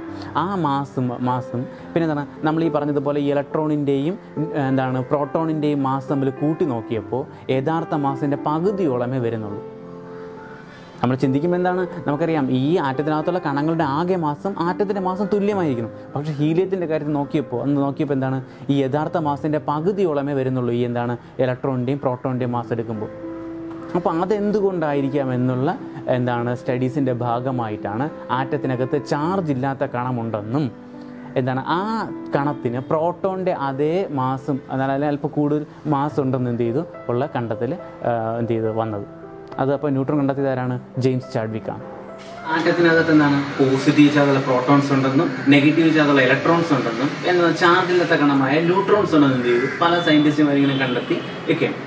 അപ്പോൾ ആറ്റത്തിൻ്റെ ഒരു അക്സെപ്റ്റബിൾ ആയിട്ടുള്ള ഒത്തിരി ഒരു ലോജിക്കായിട്ടുള്ള ഒരു തിയറി കൊണ്ടുവന്ന നമ്മുടെ റുദർഫോർഡാണ്. അപ്പോൾ അദ്ദേഹം പറഞ്ഞെന്താണ്, നമ്മുടെ ആറ്റത്തിൻ്റെ സെൻറ്ററിൽ അതിൻ്റെ ആകെ ഒരു ആറ്റത്തിൻ്റെ മൊത്തം മാസം കേന്ദ്രീകരിച്ചിരിക്കുന്നത് പോസിറ്റീവ് ചാർജുള്ള കേന്ദ്രമാണെന്ന് അദ്ദേഹം പറഞ്ഞു. അപ്പോൾ ഈ കേന്ദ്രത്തിന് അദ്ദേഹം വിളിച്ചു ന്യൂക്ലിയസ് എന്ന് വിളിച്ചു. അപ്പോൾ ഈ ന്യൂക്ലിയസിന് പോസിറ്റീവ് ചാർജ് ആകുമ്പോൾ ഈ ന്യൂക്ലിയസിനകത്തായിരിക്കുന്നത് നമ്മുടെ പ്രോട്ടോൺസ്. അപ്പോൾ നമ്മുടെ പ്രോട്ടോണും ന്യൂട്രോണും ഈ ന്യൂക്ലിയസിനകത്താണ്. ഈ ഇലക്ട്രോൺസ് എന്ത് ചെയ്യും? ഈ ന്യൂക്ലിയസിനെ ഇങ്ങനെ റിവോൾവ് ചെയ്തുകൊണ്ടിരിക്കും, വലയം വെച്ചുകൊണ്ടിരിക്കും. ഓക്കെ, അപ്പോൾ എന്താണ് അദ്ദേഹത്തിൻ്റെ മോഡലിനെ പ്ലാനറ്ററി മോഡൽ ഓഫ് ആറ്റം എന്നാണ് നമ്മൾ ഇതിനെ പറയുന്നത്. പ്ലാനറ്ററി മോഡൽ ഓഫ് ആറ്റം അല്ലെങ്കിൽ ആറ്റത്തിൻ്റെ സൗരയൂഥ മാതൃക ഏറെക്കുറെ അക്സെപ്റ്റ് ചെയ്യാൻ പറ്റുന്ന ഒരു മോഡലായിരുന്നു അദ്ദേഹത്തിൻ്റെത്. അപ്പോൾ വേറെ ഒന്നുമില്ല, ആ പേര് കിട്ടാൻ കാരണം ഇതാണ്. നമ്മുടെ പ്ലാനറ്റ് സൗരയൂഥം എങ്ങനെയാണ്? സൗരയൂഥത്തിൻ്റെ കേന്ദ്രഭാഗത്തായുണ്ട് നമ്മുടെ സൂര്യനുണ്ട്. ഈ സൂര്യൻ എന്ത് ചെയ്യുന്നു? മറ്റ് ഗ്രഹങ്ങളെല്ലാം അവയുടെ ഓർബിറ്റിൽ ഇങ്ങനെ വലയം വെച്ചുകൊണ്ടിരിക്കുന്നു. അപ്പോൾ നമ്മുടെ എന്താണ് സൗരയൂഥത്തിൻ്റെ നടുക്ക് ഒരു സൂര്യനുണ്ട്. സൂര്യൻ എന്ത് ചെയ്യുന്നു? സൂര്യനായിട്ട് നമ്മുടെ ഈ ഗ്രഹങ്ങൾ ഇങ്ങനെ വലയം വെച്ച് അതിൻ്റെ വ്യക്തമായ പാതയിൽ എന്ത് ചെയ്യുന്നു? ഇങ്ങനെ വലയം വെച്ചുകൊണ്ടിരിക്കുകയാണ്. അതേപോലെ തന്നെ നമ്മൾ എന്തിനാ ഈ ആറ്റത്തിൻ്റെ കാര്യം. ആറ്റത്തിന് നമ്മൾ പറഞ്ഞാൽ ഈ കേന്ദ്രഭാഗമായ ന്യൂക്ലിയസ് ഉണ്ട്. ഈ ന്യൂക്ലിയസിന് ചുറ്റും ആരിങ്ങനെ ന്യൂക്ലിയസിനെ വലയം വെച്ചുകൊണ്ടിരിക്കുന്നു? നെഗറ്റീവ് ചാർജുള്ള ഇലക്ട്രോൺസ് ഇങ്ങനെ വലയം വെച്ചുകൊണ്ടിരിക്കുന്നു. ഈ ഇലക്ട്രോൺസ് വലയം വെക്കുന്ന ഈ പാത ഓർബിറ്റ് അല്ലെങ്കിൽ ഷെൽ എന്നൊക്കെ പറയും. ഇത്രയുമാണ് അദ്ദേഹത്തിൻ്റെ റുദർഫോർഡിൻ്റെ പ്രധാനമായിട്ടുള്ള ആറ്റം മോഡലിനെ കുറിച്ച് പറയുന്നത്. അത് ഏറെക്കുറെ അക്സെപ്റ്റബിളുമായിരുന്നു. പക്ഷേ അദ്ദേഹത്തിൻ്റെ ഒരു പ്രധാനപ്പെട്ട ഡിസഡ്വാൻറ്റേജ് അല്ലെങ്കിൽ പോരായ്മ എന്തായിരുന്നു എന്ന് വെച്ചാൽ, അദ്ദേഹം പറഞ്ഞതുപോലെ ഈ ഇലക്ട്രോൺസ് ഇങ്ങനെ എന്താണ് ഇലക്ട്രോൺസ് ചാർജുള്ള കണങ്ങളാണ്, നെഗറ്റീവ് ചാർജുള്ള കണമാണ്. ഈ ചാർജുള്ള കണങ്ങൾ വൃത്താകാരമായിട്ടുള്ള പാതയിൽ ഇങ്ങനെ വലയം വെച്ചുകൊണ്ടിരിക്കുമ്പോൾ അവ എന്ത് ചെയ്തറിയാം? നമുക്കറിയാം എന്താണ് നമ്മുടെ ഇലക്ട്രോണിന് നെഗറ്റീവ് ചാർജാണ്, ന്യൂക്ലിയസിന് പോസിറ്റീവ് ചാർജാണ്. അപ്പോൾ എന്ത് ചെയ്തറിയാമോ? ഈ വലയം വെച്ചുകൊണ്ടിരിക്കുന്ന ചാർജുള്ള കണങ്ങൾ ഇങ്ങനെ വലയം വെച്ച് അവരുടെ എനർജി നഷ്ടമായിട്ട് എനർജി ലിബറേറ്റ് ചെയ്തിട്ട് അതെന്ത് ചെയ്യണം? സാവധാനം ഇങ്ങനെ കറങ്ങി വന്ന് എവിടെ വന്ന് വീഴണം? ഈ പോസിറ്റീവ് ചാർജുള്ള ന്യൂക്ലിയസിൽ വന്ന് അല്ലെങ്കിൽ ന്യൂക്ലിയസുമായിട്ട് കൊളൈഡ് ചെയ്യണം. അങ്ങനെ ന്യൂക്ലിയസുമായിട്ട് കൊളൈഡ് ചെയ്താൽ എന്ത് ചെയ്തു പോകും? ആ ആറ്റം നശിച്ചു പോകും. നമുക്കറിയാം അങ്ങനെ ഒരു ആറ്റം എന്ത് ചെയ്യുന്നില്ല? നശിച്ചു പോകുന്നില്ല. അപ്പൊ അതിന്റെ കാരണം അതെന്തുകൊണ്ടാണ് എന്ന് പറയാൻ ആർക്ക് പറ്റില്ല? നമ്മുടെ റുദർഫോർഡിന് പറയാൻ പറ്റില്ല. അപ്പോൾ ഇതാണ് കാര്യം. എന്താണ് ഈ ചാർജുള്ള കണങ്ങൾ ഇങ്ങനെ ന്യൂക്ലിയസിനെ വലയം വെച്ചുകൊണ്ടിരിക്കുകയും അതെന്ത് ചെയ്യും? നമുക്കറിയാം ഈ പോസിറ്റീവ് ചാർജുള്ള കണങ്ങൾ ഇങ്ങനെ വലയം വെച്ചുകൊണ്ടിരുന്നാൽ അവിടെ എനർജി നഷ്ടപ്പെട്ട് പോയിട്ട് എന്ത് ചെയ്യണം? ലാസ്റ്റ് ഇങ്ങനെ കറങ്ങി തിരിഞ്ഞ് വന്ന് ഇവിടെ നമ്മുടെ ന്യൂക്ലിയസിൽ വീഴുന്ന ആ ആറ്റം നശിച്ചു പോകും. യഥാർത്ഥത്തിൽ അങ്ങനെ സംഭവിക്കുന്നുണ്ടോ? സംഭവിക്കുന്നില്ല. അതെന്തുകൊണ്ട് അങ്ങനെ സംഭവിക്കുന്നില്ല എന്ന് ചോദിച്ചപ്പോൾ അദ്ദേഹത്തിന് മറുപടി പറയാൻ പറ്റില്ല. അതായിരുന്നു നമ്മുടെ റുദർഫോർഡിലെ പ്രധാനപ്പെട്ട ഒരു പരാജയം. അദ്ദേഹത്തിന്റെ പോരായ്മ, ഡിസഡ്വാൻറ്റേജ് എന്തായിരുന്നു? അതായിരുന്നു. എന്നിരുന്നാലും ഇങ്ങനൊരു പോരായ്മ ഉണ്ടെങ്കിലും എന്താണ് അദ്ദേഹത്തിന്റെ സ്ട്രക്ചർ നമ്മൾ ചെയ്യുന്നത്? അത് ഫോളോ ചെയ്താണ് അടുത്ത തീയതി വരുന്നു. ഇപ്പോൾ അടുത്ത് വന്ന സയന്റിസ്റ്റ് ആണ് ബോർ, നീൽസ് ബോർ എന്ന് പറയും. അദ്ദേഹം വേറൊന്നുമല്ല, നമ്മുടെ റുദർഫോർഡിന്റെ ആറ്റം മോഡലിനെ കുറച്ചുകൂടി എന്ത് ചെയ്തു? മോഡിഫൈ ചെയ്താണ് അദ്ദേഹം ചെയ്തത്. ബോർസ് ആറ്റം മോഡലാണ്. നീൽസ് ബോർ ആണ് അദ്ദേഹത്തിന്റെ പേര്. അദ്ദേഹം കൊണ്ടുവന്ന് ആറ്റം തിയറി ഏതുവരെ നമ്മുടെ റുദർഫോർഡിനെ പോലെ തന്നെയാണ്, പക്ഷെ ചെറിയ വ്യത്യാസം, കുറച്ച് മാറ്റങ്ങൾ. അദ്ദേഹത്തിന് കുറച്ച് പോസ്റ്റുലേഷൻ. അതിൽ ഒന്നാമത്തെ പോസ്റ്റുലേഷൻ ആണ് electrons revolves around the nucleus in fixed paths called orbit or shell. അതായത് എന്താണ്? ഈ ഇലക്ട്രോൺസ് വലയം വയ്ക്കുന്നത് ന്യൂക്ലിയസിന് ചുറ്റുമാണെന്നും ആ വലയം വയ്ക്കുന്നത് വ്യക്തമായിട്ടുള്ള ഫിക്സഡ് ആയിട്ടുള്ള പാതയിലുമാണെന്ന് അദ്ദേഹം വിളിച്ചു ഷെൽ അല്ലെങ്കിൽ ഓർബിറ്റ് എന്ന് അദ്ദേഹം വിളിച്ചു. അതായിരുന്നു അദ്ദേഹത്തിന്റെ ഒന്നാമത്തെ postulation. Electrons revolves around the nucleus in fixed paths called orbit or shell. എന്താണ്? ഈ ന്യൂക്ലിയസിന് ചുറ്റും വ്യക്തമായിട്ടുള്ള പാതയിലാണ് ഈ ഇലക്ട്രോൺസ് കറങ്ങുന്നത്, ഇലക്ട്രോൺസ് വലയം വയ്ക്കുന്നതെന്ന് പറഞ്ഞ് അതിനെന്ത് വിളിച്ചു അദ്ദേഹം? ഓർബിറ്റ് അല്ലെങ്കിൽ ഷെൽ എന്നും ഇത് അദ്ദേഹം. ഇതായിരുന്നു അദ്ദേഹത്തിന്റെ ഒന്നാമത്തെ പോസ്റ്റുലേറ്റ്.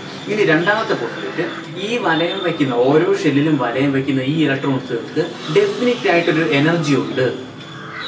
ഇപ്പോൾ ഒന്നാമത്തെ ഷെല്ലിലുള്ള എന്താണ്? ഇലക്ട്രോൺസിന് ഒരു വ്യക്തമായിട്ടുള്ള എനർജി ഉണ്ട്. അതേപോലെ രണ്ടാമത്തെ ഷെല്ലിലാണെങ്കിൽ അതേപോലെ എനർജി ഉണ്ട്. അപ്പോൾ ഓരോ ഷെല്ലിലുള്ള ഈ ഇലക്ട്രോൺസിന് ഡെഫിനിറ്റ് ആയിട്ടൊരു ഫിക്സഡ് ആയിട്ടൊരു എനർജി ഉണ്ട് എന്ന് പറഞ്ഞു. അതുകൊണ്ട് അപ്പോൾ ഓരോ ഷെല്ലിലും കാണുന്ന ഓരോ ഇലക്ട്രോൺസിന് എന്താണ്? ഓരോ എനർജിയാണ്. അപ്പോൾ അവരെ നമ്മൾ എന്ത് വിളിച്ചു? ആ ഷെല്ലുകളെ എനർജി ലെവൽസ് എന്ന് വിളിച്ചു. അപ്പോൾ ഓരോ എനർജി ലെവലുള്ള ഇലക്ട്രോൺ എന്ത് ചെയ്യും? ആ ഷെല്ലായിരിക്കും. അടുത്ത എനർജി ലെവലുള്ള എന്ത് ചെയ്യും? അടുത്ത ഷെല്ലായിരിക്കും. അത് നമ്മൾ എന്ത് ചെയ്യും? ഈ ഷെല്ലുകളെ എനർജി ലെവൽസ് എന്ന് വിളിച്ചു. അതായിരുന്നു അദ്ദേഹത്തിന്റെ രണ്ടാമത്തെ പോസ്റ്റ്. ഇനി മൂന്നാമത്തെ post, as long as the electrons revolves around the nucleus in orbits it's energy remains constant. അതായത് ഈ ഇലക്ട്രോൺസ് ഇങ്ങനെ വലയം വെച്ചുകൊണ്ടിരിക്കുമ്പോൾ അവരുടെ എനർജി എന്ത് ചെയ്തു പോലെ നഷ്ടപ്പെട്ടു പോകില്ല എന്നും അവരുടെ എനർജി സ്ഥിരമായിട്ട് നിലനിൽക്കുമെന്നും അദ്ദേഹം പറഞ്ഞു. അതായിരുന്നു അദ്ദേഹത്തിന്റെ മൂന്നാമത്തെ പോസ്റ്റുലേറ്റ്. ഓക്കെ, നാലാമത്തെ postulate, as the distance from the nucleus increases the energy of the shell or orbit increases. അതായത് ന്യൂക്ലിയസിൽ നിന്ന് ദൂരേക്ക് പോകുന്തോറും ഈ ഷെല്ലുകളുടെ എനർജി എന്ത് ചെയ്തു വരും? കൂടി വരും. അതായത് ഒന്നാമത്തെ ഷെല്ലിനേക്കാൾ എനർജി കൂടുതലാണ് ഇതിന് സെക്കൻഡ് ഷെൽ. സെക്കൻഡ് ഷെല്ലിനേക്കാൾ എനർജി കൂടുതലാണ് തേർഡ് ഷെൽ. അപ്പോൾ ന്യൂക്ലിയസിൽ നിന്ന് ദൂരേക്ക് പോകുമ്പോൾ ഷെല്ലുകളുടെ എനർജി കൂടിക്കൂടി വരുമെന്ന് അദ്ദേഹം പോസ്റ്റിലേക്ക് പറഞ്ഞു. ഈ അടുത്ത പോസ്റ്റിലാണ് ഈ ഓരോ ഷെല്ലുകൾക്കും അദ്ദേഹം 1, 2, 3 അതായത് ന്യൂക്ലിയസിൽ നിന്ന് ദൂരേക്ക് പോകുന്നത് ഒന്നാമത്തെ ഷെല്ല്, രണ്ടാമത്തെ ഷെല്ല്, മൂന്നാമത്തെ ഷെല്ല് അങ്ങനെ എണ്ണവും അല്ലെങ്കിൽ KLMN എന്നീ പേരുകൾ കൊടുത്തു. അതായത് ഒന്നാമത്തെ ഷെല്ലാണ് ന്യൂക്ലിയസിനോട് ഏറ്റവും തൊട്ടടുത്തിരിക്കുന്ന ഷെല്ലാണ് ഇത് K ഷെല്ല്, അടുത്ത് വരുന്നതാണ് L ഷെല്ല്, അടുത്ത് വരുന്നത് MN എന്ന രീതിയിൽ പേരും കൊടുത്തു. ഇതായിരുന്നു അദ്ദേഹത്തിന്റെ ഇത്രയുമാണ് പ്രധാനപ്പെട്ട അദ്ദേഹത്തിന്റെ പോസ്റ്റുലേറ്റ്സ്. അപ്പോൾ നമ്മൾ റുദർഫോർഡിന്റെ തിയറിയിൽ നിന്നും നീൽസ് ബോറിന്റെ തിയറിയിലേക്ക് വരുമ്പോൾ പ്രധാനപ്പെട്ട വ്യത്യാസം നിങ്ങൾക്ക് മനസ്സിലായി. റുദർഫോർഡിന്റെ പോരായ്മ എന്തായിരുന്നു? അദ്ദേഹം പറഞ്ഞ അദ്ദേഹത്തിന്റെ തിയറി പ്രകാരം ഈ ഇലക്ട്രോൺസിന്റെ എനർജി എന്ത് ചെയ്യുന്നു, നഷ്ടപ്പെട്ടു പോവുകയും കുറഞ്ഞു വരികയും അതിന്റെ ലാസ്റ്റ് ന്യൂക്ലിയസിൽ വന്ന് വീഴുകയും അതിന് എക്സ്പ്ലനേഷൻ കൊടുക്കാൻ അദ്ദേഹത്തിന് പറ്റിയില്ല. അപ്പോൾ ഇദ്ദേഹം എന്ത് പറഞ്ഞു, നീൽസ് ബോർ വന്നിട്ട് പറഞ്ഞു ഈ റിവോൾവ് ചെയ്യുന്ന ഇലക്ട്രോൺസിന്റെ എനർജി റിമെയിൻസ് കോൺസ്റ്റന്റ്, അതിന്റെ എനർജി എന്ത് ചെയ്ത് പോകില്ല, നഷ്ടപ്പെട്ടു പോകില്ല എന്ന് അദ്ദേഹം പറഞ്ഞു. അപ്പോൾ എന്ത് ചെയ്തു, അവിടെ ഇങ്ങനെ റിവോൾവ് ചെയ്ത് ലാസ്റ്റ് എവിടെ ന്യൂക്ലിയസിൽ വന്ന് വീഴുന്ന പ്രശ്നം അല്ലെങ്കിൽ അതിന് എക്സ്പ്ലനേഷൻ കൊടുക്കാൻ ആർക്ക് പറ്റി, നീൽസ് ബോറിന് പറ്റി. ഓക്കെ, ഇതാണ് അദ്ദേഹത്തിന്റെ തിയറി. നമ്മളിപ്പോഴും അക്സെപ്റ്റ് ചെയ്ത് വരുന്ന തിയറി നീൽസ് ബോറിന്റെ atom model, Bohr's atom model നമ്മളിപ്പോഴും പഠിച്ച് പോകുന്നത്. അപ്പോൾ ഇത്രയുമാണ് പ്രധാനമായിട്ടും ആറ്റത്തിന്റെ കണ്ടെത്തലിന് വഴിവെച്ച പ്രധാനപ്പെട്ട സയന്റിസ്റ്റുകൾ ഇത്രയുമൊക്കെയാണ്. കാരണം ഇതിന് മാത്രമല്ല മറ്റ് പല സയന്റിസ്റ്റുകളും പല തിയറികളും കൊണ്ടുവന്നിട്ടുണ്ട്. അതിൽ അക്സെപ്റ്റബിൾ ആയിട്ടുള്ളതൊക്കെ നമ്മൾ എന്ത് ചെയ്തു, പഠിക്കും, ബാക്കിയുള്ളതൊക്കെ നമ്മൾ എന്ത് ചെയ്തു, റിജക്ട് ചെയ്തു. ഇനി അടുത്ത് നമ്മൾ പറയാൻ പോകുന്നത് എന്താണ് മാസ് നമ്പർ, എന്താണ് അറ്റോമിക് നമ്പർ എന്നാണ് നമ്മൾ അടുത്ത് പറയാൻ പോകുന്നത്. ഓക്കെ, അപ്പോൾ അതിലൊന്നാമത്തെ എന്താണ് മാസ് നമ്പർ എന്ന് വെച്ചാൽ വേറൊന്നുമില്ല, നമുക്കറിയാം ആറ്റത്തിൽ ഒരു ആറ്റം എടുക്കുമ്പോൾ അതിന് പ്രധാനപ്പെട്ട കണങ്ങളാണ് ഇത് പ്രോട്ടോണ്, ന്യൂട്രോണ്, ഇലക്ട്രോൺ. അപ്പോൾ ഒരു ആറ്റത്തിന്റെ മാസ് നമ്പർ എത്രയാണെന്ന് ചോദിച്ചാൽ ആ ആറ്റത്തിലുള്ള പ്രോട്ടോണുകളുടെയും ന്യൂട്രോണുകളുടെയും ആകെ എണ്ണമാണ് ഇത് മാസ് നമ്പർ എന്ന് പറയുന്നത്. ഓക്കെ, ഒന്നുകൂടെ ഒരു ആറ്റത്തിന്റെ മാസ് നമ്പർ എന്ന് പറഞ്ഞാൽ അതിലുള്ള ന്യൂക്ലിയസിനകത്തുള്ള പ്രോട്ടോണിന്റെയും ന്യൂട്രോണിന്റെയും എണ്ണത്തിന്റെ തുകയാണിത്, ആകെയാണ്. പ്രോട്ടോണുകളുടെയും ന്യൂട്രോണുകളുടെയും ആകെ എണ്ണത്തെ ചേർത്ത് പറയുന്നതാണ് അതിന്റെ മാസ് നമ്പർ എന്ന് പറയുന്നത്. മാസ് നമ്പർ നമ്മൾ സാധാരണ A എന്ന ലെറ്റർ ഇട്ടാണ് ചെയ്യുന്നത്, റെപ്രസെന്റ് ചെയ്യുന്നത്. മാസ് നമ്പർ എങ്ങനെ റെപ്രസെന്റ് ചെയ്യും, A കണ്ടാണ് ചെയ്യുന്നത്, റെപ്രസെന്റ് ചെയ്യുന്നത്. ഓക്കെ, ഇനി അടുത്തത് എന്താണ് അറ്റോമിക് നമ്പർ എന്ന് വെച്ചാൽ വേറൊന്നുമില്ല, നമ്മുടെ ആറ്റത്തിനകത്തുള്ള പ്രോട്ടോണുകളുടെ എണ്ണമാണ് എന്ന് പറയുന്നത്. പ്രോട്ടോണുകളുടെ എണ്ണമാണ് അറ്റോമിക് നമ്പർ എന്ന് പറയുന്നത്. പ്രോട്ടോണുകളുടെയോ ഇലക്ട്രോണുകളുടെ, കാരണം പ്രോട്ടോണുകളുടെയും ഇലക്ട്രോണുകളുടെയും എണ്ണം എപ്പോഴും എന്തായിരിക്കും, തുല്യമായിരിക്കും. അപ്പോൾ നമുക്ക് അറ്റോമിക് നമ്പർ എങ്ങനെ പറയാം, atomic number is equal to the number of protons or the number of electrons. പ്രോട്ടോണുകളുടെയോ ഇലക്ട്രോണുകളുടെയോ എണ്ണത്തിന് തുല്യമായിരിക്കുന്നത് അറ്റോമിക് നമ്പർ. നമ്മൾ മാസ് നമ്പർ പറഞ്ഞ എങ്ങനെ പറഞ്ഞു, പ്രോട്ടോണുകളുടെയും ന്യൂട്രോണുകളുടെയും ആകെ എണ്ണം, അവരുടെ രണ്ടുടെ ആകെ എണ്ണമാണെന്ന് പറയുന്നത് മാസ് നമ്പർ എന്ന് പറയുന്നത്. എന്നാൽ അറ്റോമിക് നമ്പർ വരുമ്പോൾ ഒന്നുകിൽ പ്രോട്ടോണിന്റെ എണ്ണം അല്ലെങ്കിൽ ഇലക്ട്രോണിന്റെ എണ്ണം എടുത്താൽ നമുക്ക് എന്ത് കിട്ടും, അറ്റോമിക് നമ്പർ കിട്ടും. അറ്റോമിക് നമ്പർ റെപ്രസെന്റ് ചെയ്യുന്നതാണ് Z എന്ന ലെറ്റർ വെച്ച് നമുക്ക് അറ്റോമിക് നമ്പർ റെപ്രസെന്റ് ചെയ്യുന്നത്. ഓക്കെ, അപ്പോൾ അതാണ് അറ്റോമിക് നമ്പർ, മാസ് നമ്പർ. അതുപോലെ നമുക്ക് നിങ്ങൾക്ക് പരീക്ഷയ്ക്ക് ചോദിക്കാൻ ചാൻസ് ഉള്ളതാണ് ഒരു ആറ്റം തന്നിട്ട് അതിന്റെ അറ്റോമിക് നമ്പരും മാസ് നമ്പരും ഒക്കെ തന്നിട്ട് ചോദിക്കാൻ ചാൻസ് ഉള്ളതാണ്. അതിലുള്ള കണങ്ങളുടെ പ്രോട്ടോണുകളുടെ എണ്ണം അല്ലെങ്കിൽ ഇലക്ട്രോണുകളുടെ എണ്ണം അല്ലെങ്കിൽ ന്യൂട്രോണുകളുടെ എണ്ണം ഒക്കെ എന്ത് ചെയ്യും, കണ്ടുപിടിക്കാൻ പറയും. അപ്പോൾ നമ്മളൊരു എലമെന്റിൽ അതിന്റെ atomic number mass number represent ചെയ്യുന്നതിന് ഒരു മെത്തേഡ് ഉണ്ട്. അപ്പോൾ നമുക്ക് എങ്ങനെയാണ് അതിന്റെ ഒരു എലമെന്റിന്റെ atomic number mass number represent ചെയ്യുന്നത് വെച്ചാൽ ആദ്യം ആ എലമെന്റിന്റെ റെപ്രസെന്റേഷൻ എഴുതിയിട്ട് ലെഫ്റ്റ് സൈഡിൽ ചുവടെ താഴ്ത്തി നമ്മൾ എന്ത് ചെയ്യും, അറ്റോമിക് നമ്പർ എന്ത് ചെയ്യും, അതിന്റെ മേളിൽ ലെഫ്റ്റ് സൈഡിൽ എന്ത് ചെയ്യും, മേളിലായിട്ട് നമ്മൾ എന്ത് എഴുതും, മാസ് നമ്പർ എഴുതും. അപ്പൊ എങ്ങനെ എഴുതും, ഒരു എലമെന്റ് അതിനെന്താണ് ലെഫ്റ്റ് സൈഡിൽ ചുവടെ അറ്റോമിക് നമ്പർ, ലെഫ്റ്റ് സൈഡിൽ തന്നെ മേളിൽ എന്താണ് മാസ് നമ്പർ എഴുതും. അങ്ങനെയാണ് ഒരു സാധാരണ നമ്മൾ എന്ത് ചെയ്യുന്ന ഒരു എലമെന്റ് റെപ്രസെന്റ് ചെയ്യുന്നത്.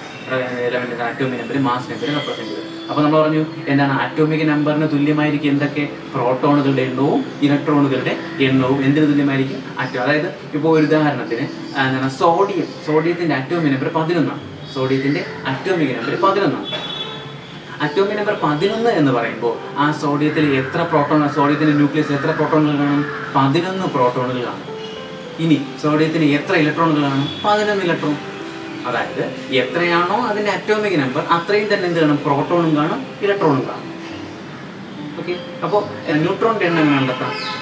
നമുക്കതിന്റെ മാസ് നമ്പർ തന്നിട്ടുണ്ടെങ്കിൽ, മാസ് നമ്പർ എന്ന് പറയുമ്പോൾ എന്തിന്റെയൊക്കെ തുകയാണ്, പ്രോട്ടോണുകളുടെയും ന്യൂട്രോണുകളുടെയും ആകെ എണ്ണമാണ് എന്ത് പറയുന്നത്, മാസ് നമ്പർ എന്ന് പറയുന്നത്. അപ്പോൾ നമുക്ക് ന്യൂട്രോണിൻ്റെ എണ്ണമാണ് കണ്ടെത്തേണ്ടതെങ്കിൽ വേറൊന്നും ചെയ്യേണ്ട, മാസ് നമ്പറിൽ നിന്ന് നമ്മുടെ അറ്റോമിക് നമ്പർ കുറച്ചാൽ മതി. നമുക്ക് എന്ത് കിട്ടും? ന്യൂട്രോണുകളുടെ എണ്ണം കിട്ടും. ന്യൂട്രോണുകളുടെ എണ്ണം കണ്ടെത്താൻ എന്ത് ചെയ്താൽ മതി? Mass number minus atomic number.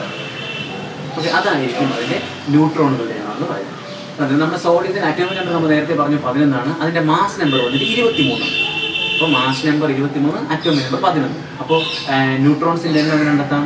Mass number 23 minus atomic number 12 എന്നാണ്. അപ്പോൾ ന്യൂട്രോണുകളുടെ എണ്ണം എത്ര? 12 ആയിരിക്കും ന്യൂട്രോണുകളുടെ എണ്ണം. അപ്പോൾ ആറ്റത്തിലെ പ്രധാനപ്പെട്ട കണങ്ങൾ ഏതൊക്കെയാണെന്ന് മനസ്സിലായി. ഈ കണങ്ങളുടെ പാർട്ടിക്കിൾസിൻ്റെ എണ്ണം എങ്ങനെ കണ്ടെത്താമെന്ന് അത് പരീക്ഷയ്ക്ക് ചോദിക്കും. എന്താണ് ഒരു റെപ്രസെൻറ്റേഷൻ രീതിയിലുള്ള ന്യൂട്രോണിൻ്റെതും പ്രോട്ടോണിൻ്റെതും ഇലക്ട്രോണിൻ്റെ ഒക്കെ എണ്ണം തീർച്ചയായും കണ്ടെത്താൻ വേണ്ടി പരീക്ഷയ്ക്ക് ചോദിക്കും. അതുകൊണ്ട് ഈ ഇക്വേഷൻസ് ഇപ്പോൾ ഞാൻ പറഞ്ഞ ഇക്വേഷൻസ് നന്നായിട്ട് പഠിച്ചിട്ടുണ്ട്. അടുത്ത് നമ്മൾ ഡിസ്കസ് ചെയ്യാൻ പോകുന്നത് ഇലക്ട്രോണിക് കോൺഫിഗറേഷൻ എന്താണ്. ഈ നമ്മൾ ഈ പറഞ്ഞ എലമെൻസിൻ്റെയൊക്കെ ഇലക്ട്രോണിക് കോൺഫിഗറേഷൻ അതാണ് നമ്മൾ അടുത്ത് ചെയ്യാൻ പറയാൻ പോകുന്നത്. അപ്പോൾ ഏതൊരു എലമെന്റ് നിന്നാലും അതിൻ്റെ ഇലക്ട്രോണിക് കോൺഫിഗറേഷൻ വേറൊന്നും ചെയ്യും. നമുക്കിപ്പോൾ അറിയാം എന്താണ് ആറ്റത്തിൻ്റെ ന്യൂക്ലിയസിനോട് തൊട്ടടുത്ത് വരുന്നതാണ് ഏത്? K shell. കെയുടെ തൊട്ടടുത്ത് വരുന്നതാണ് L shell, M shell, N എന്തെങ്കിലും.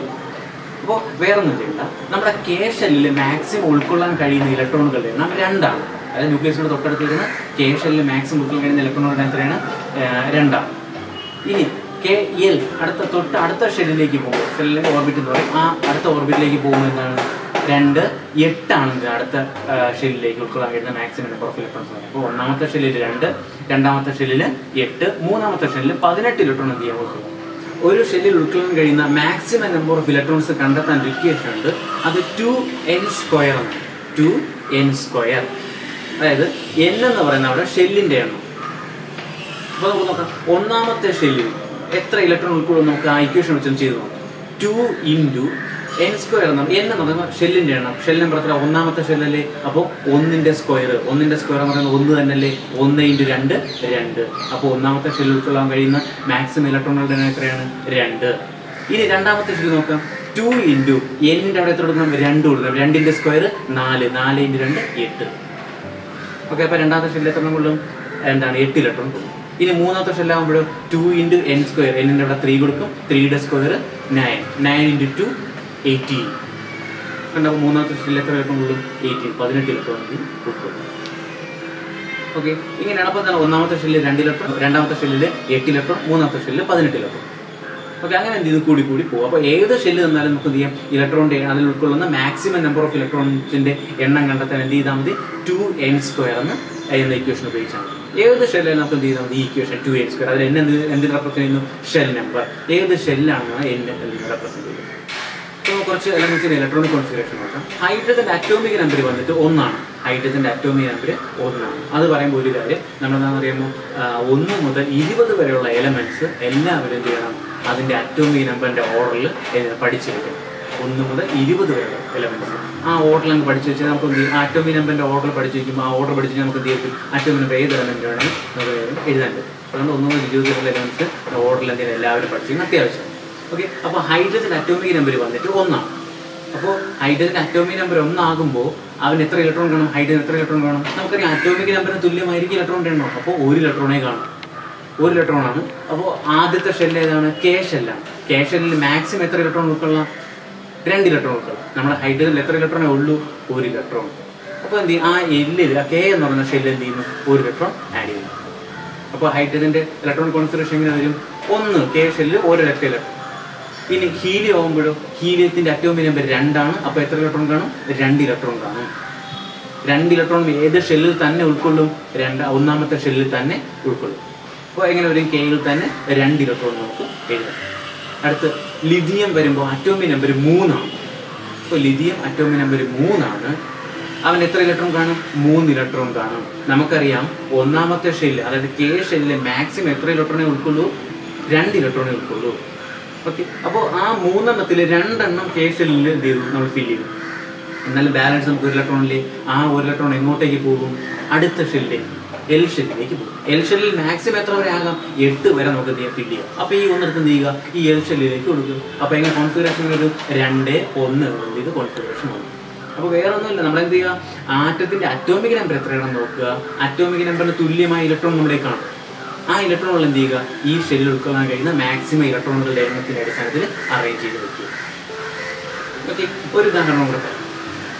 നമുക്ക് എന്താണ് നിയോൺ എന്ന് പറയുമ്പോൾ അറ്റോമിക് നമ്പർ 10 ആണ്. നിയോൺ അറ്റോമിക് നമ്പർ 10 അല്ലേ? അപ്പോൾ നമ്മുടെ എത്ര ഇലക്ട്രോൺ ഉണ്ട്? 10 ഇലക്ട്രോൺ ഉണ്ട്.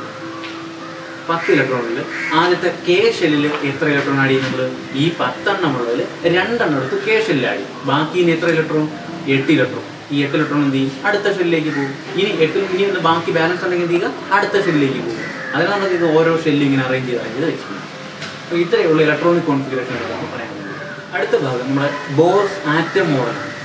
എന്നാൽ നമ്മൾ ആറ്റത്തിന്റെ സ്ട്രക്ചർ എങ്ങനെ വരച്ച് കാണിക്കുന്നു എന്നുള്ളത് അടുത്ത് അത് പരീക്ഷയ്ക്ക് ചോദിക്കാൻ ചാൻസ് ഉണ്ട്. എലമെന്റ് എന്നിട്ട് എന്ത് ചെയ്യും? അതിന്റെ ആറ്റം മോഡൽ വരയ്ക്കാൻ പറയും, അല്ലെങ്കിൽ ബോർ മോഡൽ വരയ്ക്കാൻ പറയും. വേറെ ഒന്നും ചെയ്യണ്ട. നമുക്കറിയാം, ഒരു ആറ്റം തന്നിട്ട് നമുക്ക് അതിന്റെ അറ്റോമിക് നമ്പർ, മാസ് നമ്പറും ഒക്കെ നമുക്ക് എന്ത് ചെയ്യാൻ പറ്റും? അറിയാൻ പറ്റും. എന്നിട്ട് അതിന്റെ ബോർ മോഡൽ വരയ്ക്കാൻ പറ്റും. വേറെ ഒന്നുമില്ല, നമ്മളിപ്പോൾ ഈ പറഞ്ഞതുപോലെ തന്നെ അതിന് ന്യൂക്ലിയസ് ആണ്. ആ ന്യൂക്ലിയസ് വരയ്ക്കുക. ന്യൂക്ലിയസ് ഫസ്റ്റ് ഷെല്ല് കെ ഷെല്ലിൽ എത്ര ഇലക്ട്രോൺ കൊള്ളും? 2 ഇലക്ട്രോൺ കൊള്ളും. 3 ഒരിക്കലും ഇല്ല, മാക്സിമം 2 ഇലക്ട്രോൺ. അടുത്തെന്ത് ചെയ്യുക? അപ്പോൾ എന്ത് ന്യൂക്ലിയസ് വരച്ചു, ഫസ്റ്റ് ഷെല്ല് വരച്ച് അതിൽ 2 ഇലക്ട്രോൺ കൊടുത്തു. അടുത്ത് എന്ത് ചെയ്യണം? അടുത്ത് എൽ ഷെല്ല് വരയ്ക്കുക. അതിലെന്ത് ചെയ്യണം? എൽ ഷെല്ല് വരച്ചിട്ട് മാക്സിമം എത്ര ഇലക്ട്രോൺ ഉൾക്കൊള്ളാം? 8 ഇലക്ട്രോൺ വരെ ഉൾക്കൊള്ളാം. അപ്പോൾ 8 നിർബന്ധം ഒരിക്കലില്ല. നമ്മുടെ കയ്യിൽ എത്രയാണുള്ളത്? ഇപ്പോൾ 5 ഇലക്ട്രോൺ ആണെങ്കിൽ 5 എണ്ണം, 6 ആണെങ്കിൽ 6, അപ് ടു എത്ര വരെ ആകാവൂ? 8 ഇലക്ട്രോൺ. രണ്ടാമത്തെ ഷെല്ലിൽ എപ്പോഴെങ്കിലും 9 ഇലക്ട്രോൺ വരുമോ? 9 ഇലക്ട്രോൺ ഒരു കാരണവശാലും വരില്ല, മാക്സിമം 8 ഇലക്ട്രോൺ. ഓക്കെ, അപ്പോൾ അങ്ങനെ എന്ത് ചെയ്യുക? അതാണ് ബോർ മോഡൽ വരുന്നത്. അപ്പോൾ നമുക്ക് ബോർ മോഡൽ ഒരു എലമെന്റിന്റെ കൂടെ ബോർ മോഡൽ നമുക്കൊന്ന് വരച്ച് നോക്കാം. നമുക്ക് സോഡിയം എന്ന എലമെന്റ് എടുക്കാം. സോഡിയം നമ്മൾ നേരത്തെ പറഞ്ഞ അറ്റോമിക് നമ്പർ 11, മാസ് നമ്പർ 23. അപ്പോൾ എന്താണ് പ്രോട്ടോണുകളുടെ എണ്ണം എത്രയായിരിക്കും? 11 ആയിരിക്കും. ന്യൂട്രോണുകളുടെ എണ്ണം എത്രയായിരിക്കും? 12 ആയിരിക്കും. നമുക്കറിയാം ന്യൂട്രോണിന്റെ എണ്ണം കണ്ടെത്തി നമുക്ക് പറയും. അപ്പോൾ നമ്മൾ എന്ത് ചെയ്തു? ആദ്യം ആറ്റത്തിന്റെ ന്യൂക്ലിയസ് വരയ്ക്കും. ന്യൂക്ലിയസ് എന്ന് പറയുമ്പോൾ സെന്ററിൽ എന്ത് ചെയ്യുക? ഒരു സ്പീർ വരയ്ക്കുക, ചെറിയൊരു സർക്കിൾ വരയ്ക്കുക. ആ ന്യൂക്ലിയസിനകത്താണ് നമുക്കറിയാം എന്താണ് ഈ 11 പ്രോട്ടോണും 12 ന്യൂട്രോണും ഉള്ളത്. ശരി, അപ്പോൾ ഒരു വേറെ സംശയമുണ്ടോ? ഇനി നമുക്ക് അറ്റോമിക് നമ്പർ 11 ആയതുകൊണ്ട് എത്ര ഇലക്ട്രോൺ കാണും? 11 ഇലക്ട്രോൺ കാണും. അപ്പോൾ നമ്മൾ എന്ത് ചെയ്തു? ആ ന്യൂക്ലിയസ് വരച്ചു. ന്യൂക്ലിയസിന്റെ ഫസ്റ്റ് ഷെല്ല് കെ ഷെല്ല് വരയ്ക്കുക. ന്യൂക്ലിയസിന് എന്ത് ചെയ്തു? കെ ഷെല്ല് വരച്ചു. കെ ഷെല്ലിൽ മാക്സിമം എത്ര ഇലക്ട്രോൺ കൊള്ളും? 2 ഇലക്ട്രോൺ. ആ 2 ഇലക്ട്രോൺ എന്ത് ചെയ്തു? വരച്ചു. ഇനി എൽ ഷെല്ല് എന്ത് ചെയ്തു? അടുത്ത കെ ഷെല്ലിന് അടുത്തത് എൽ ഷെല്ല് വരച്ചു. എൽ ഷെല്ലിൽ മാക്സിമം എത്ര ഇലക്ട്രോൺ കൊള്ളും? 8 ഇലക്ട്രോൺ കൊള്ളും.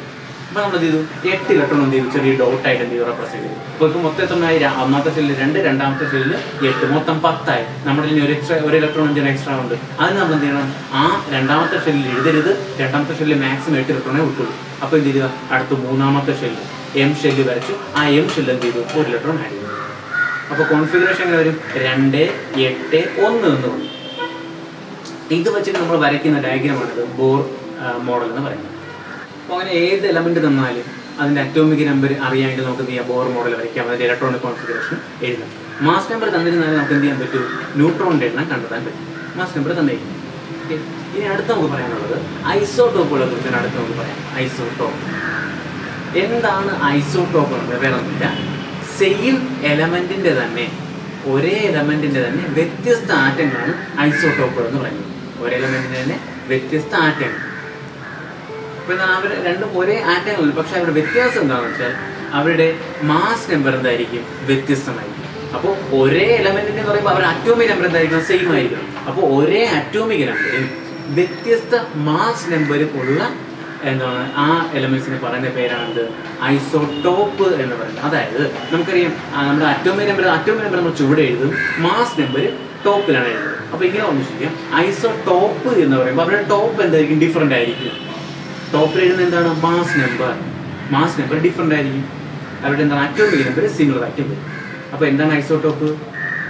ഒരേ മൂലകത്തിന്റെ തന്നെ വ്യത്യസ്ത ആറ്റങ്ങളെ പറയുന്ന പേരാണ് ഐസോട്ടോപ്പ് എന്ന് പറയുന്നത്. അവരുടെ എന്ത് സെയിം ആയിരിക്കും? അറ്റോമിക് നമ്പർ സെയിം ആയിരിക്കും, പക്ഷേ മാസ് നമ്പർ ഡിഫറെന്റ് ആയിരിക്കും. ടോപ്പിൽ എഴുതുന്നതല്ലേ മാസ് നമ്പർ, അതെന്തായിരിക്കും? ഡിഫറെന്റ് ആയിരിക്കും. ഓക്കെ, ഒരേ അറ്റോമിക് നമ്പർ വ്യത്യസ്ത മാസ് നമ്പറുമുള്ള ഒരേ മൂലകത്തിന്റെ തന്നെ, അതാണ് ഞാൻ എടുത്തത്, ഒരേ മൂലകത്തിന്റെ തന്നെ സെയിം എലമെന്റിന്റെ തന്നെ ഡിഫറെന്റ് ആറ്റംസിന് പറയുന്ന പേരാണ് ഐസോട്ടോപ്പ് എന്ന് പറയുന്നത്. അപ്പോൾ ഐസോട്ടോപ്പുകൾക്ക് ഒരു ഉദാഹരണമാണ് നമ്മുടെ ഹൈഡ്രജന്റെ ഐസോട്ടോപ്പുകളായ പ്രോട്ടിയം, ഡ്യൂട്ടീരിയം, ട്രിഷ്യം. അപ്പോൾ ഹൈഡ്രജന്റെ ഐസോട്ടോപ്പുകളാണ് ഏതൊക്കെ? Protium, deuterium, tritium. ഓക്കെ, ഹൈഡ്രജന്റെ റെപ്രസെന്റേഷൻ എന്താണ്? എച്ച്. ഹൈഡ്രജൻ റെപ്രസെന്റ് H എന്നല്ലേ? അപ്പോൾ ഞാൻ പറഞ്ഞു ഐസോട്ടോപ്പ് എന്ന് പറയുമ്പോൾ എല്ലാത്തിന്റെയും എന്തായിരിക്കും? അറ്റോമിക് നമ്പർ സെയിം ആയിരിക്കും. ഹൈഡ്രജൻ അറ്റോമിക് നമ്പർ എത്രയാണ്? 1 അല്ലേ? അപ്പോൾ ഹൈഡ്രജൻ 3 ഹൈഡ്രജൻ H എഴുതുക. എന്താണ്? മൂന്നിന്റെയും അറ്റോമിക് നമ്പർ സിമിലർ ആണ്, 1, 1, 1. അപ്പോൾ അറ്റോമിക് നമ്പർ 1 ആണ്, പക്ഷേ മാസ് നമ്പർ വരുമ്പോൾ എന്തൊരു വ്യത്യാസം വരും, 1, 2, 3 എന്ന് വരും. അതായത് H11 atomic number 1, mass number 1, അതേതാണ് പ്രോട്ടീൻ. ഇനി ഡ്യൂട്ടീരിയം ആകുമ്പോൾ എങ്ങനെ വരും, ഹൈഡ്രജന്റെ അറ്റോമിക് നമ്പർ 1 തന്നെ, മാസ് നമ്പർ 2 ആകും. മനസ്സിലായോ? ഇനി ട്രിഷ്യം വരുമ്പോൾ അറ്റോമിക് നമ്പർ 1, മാസ് നമ്പർ 3. ഇതാണ് ഹൈഡ്രജന്റെ പ്രധാനപ്പെട്ട 3 ഐസോട്ടോപ്പ്. ഏതൊക്കെയാണ്? Protium, deuterium, tritium.